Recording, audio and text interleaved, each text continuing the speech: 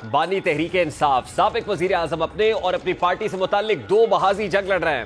وہ جیل میں بیٹھ کر اپنی گزشتہ حکومت کو گرانے اور حالیہ الیکشنز میں مبینہ مینڈیٹ چوری ہونے پر زور و شور سے مہم چلا رہے ہیں اور اس کے لیے اقدامات بھی لے رہے ہیں۔ انہوں نے آج سپریم کورٹ میں ایک پٹیشن دائر کی ہے جس میں عام انتخابات 2024 میں مبینہ دھاندلی کے معاملے پر جوڈیشل کمیشن بنانے کی استدعا کی ہے۔ دائر درخواست میں کہا گیا ہے کہ انتخابی دھاندلی کے معاملے کی تحقیقات کے لیے سپریم کورٹ کے حاضر سروس ججز پر مشتمل جوڈیشل کمیشن بنایا جائے۔ جوڈیشل کمیشن عام انتخابات کا آڈٹ اور اس کے بعد آنے والے نتائج کا آڈٹ کرے۔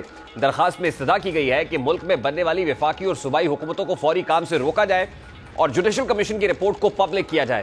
یہی نہیں، آج سائفر اور دیگر کیسز کی سماعت کے دوران بھی بانی پی ٹی آئی نے صحافیوں سے گفتگو کرتے ہوئے اس حکومت پر سخت تنقید کی اور اس حکومت کو زیادہ سے زیادہ 6 ماہ کی مہمان قرار دیا ہے۔ عمران خان نے کیسز کے بارے میں کہا کہ فیصلے پہلے سے ہو چکے ہیں، یہاں صرف کارروائی ہو رہی ہے۔ بانی تحریک انصاف نے کہا کہ ملک میں جو کچھ ہو رہا ہے اس سے سارا نظام بے نقاب ہو گیا ہے۔ نگراں حکومت، الیکشن کمیشن اور اسٹیبلشمنٹ سب ایک ہیں، سب کچھ جھوٹ پر چل رہا ہے۔ الیکشن جھوٹ پر مبنی ہوئے جس نے سب کچھ ایکسپوز کر دیا۔ انہوں نے کہا کہ 9 مئی ہمیں غدار ثابت کرنے کے لیے پلان کیا گیا، پی ٹی آئی کو کرش کرنے کے لیے مجھے 1 ہفتے میں 3 سزائیں دی گئی، لیکن یہ پلان فیل ہو گیا۔ میں مزید 5-6 ماہ جیل میں رہوں گا، اس کے بعد حکومت ختم ہو جائے گی۔ مجھے معلوم ہے یہ حکومت 5 سے 6 مہینے سے زیادہ نہیں چل سکے گی۔ پیپلز پارٹی کابینہ کا حصہ اس لیے نہیں ہے کیونکہ انہیں پتہ ہے کہ یہ سیٹ اپ نہیں چلے گا۔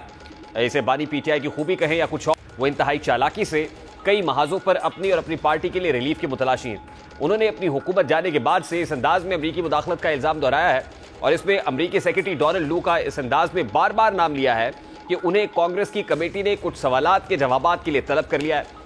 ڈونلڈ لو کو طلب کیا جانا اس حوالے سے بھی انتہائی اہم ہے کہ امریکہ خود بار بار اس امر کی تردید کرتا رہا ہے کہ بانی پی ٹی آئی کی حکومت گرانے میں ان کا کوئی عمل دخل نہیں ہے، لیکن اس کے باوجود اب امریکی کانگریس نے ڈونلڈ لو مداخلت اور حالیہ الیکشنز کے حوالے سے اپنا بیان دیں گے اور انہوں نے ایک تحریری بیان بھی امریکی ایوان نمائندگان کی کمیٹی میں جمع کرا دیا ہے کہ پاکستان میں عام انتخابات سے قبل پرتشدد واقعات سامنے آئے، پولیس، سیاستدانوں اور سیاسی اجتماعات پر دہشت گرد حملے کیے گئے، جبکہ صحافیوں خاص طور پر خواتین کو سیاسی جماعتوں کے حامیوں نے ہراساں کیا۔ اپنے بیان میں ان کا یہ بھی کہنا تھا کہ 8 فروری 2024 کے نام انتخابات کے دوران کئی سیاسی رہنما اپنے مخصوص امیدواروں اور پارٹیاں رجسٹر نہ کرا سکے۔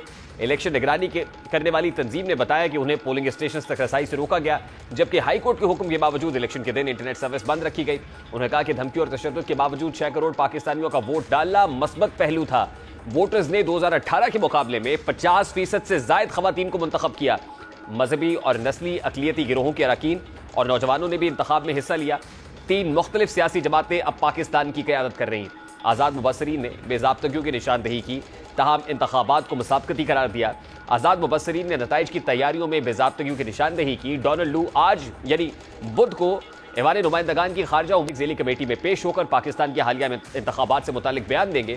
اس سماعت میں عام انتخابات کے بعد پاکستان اور امریکہ کے تعلقات پر بھی غور کیا جائے گا۔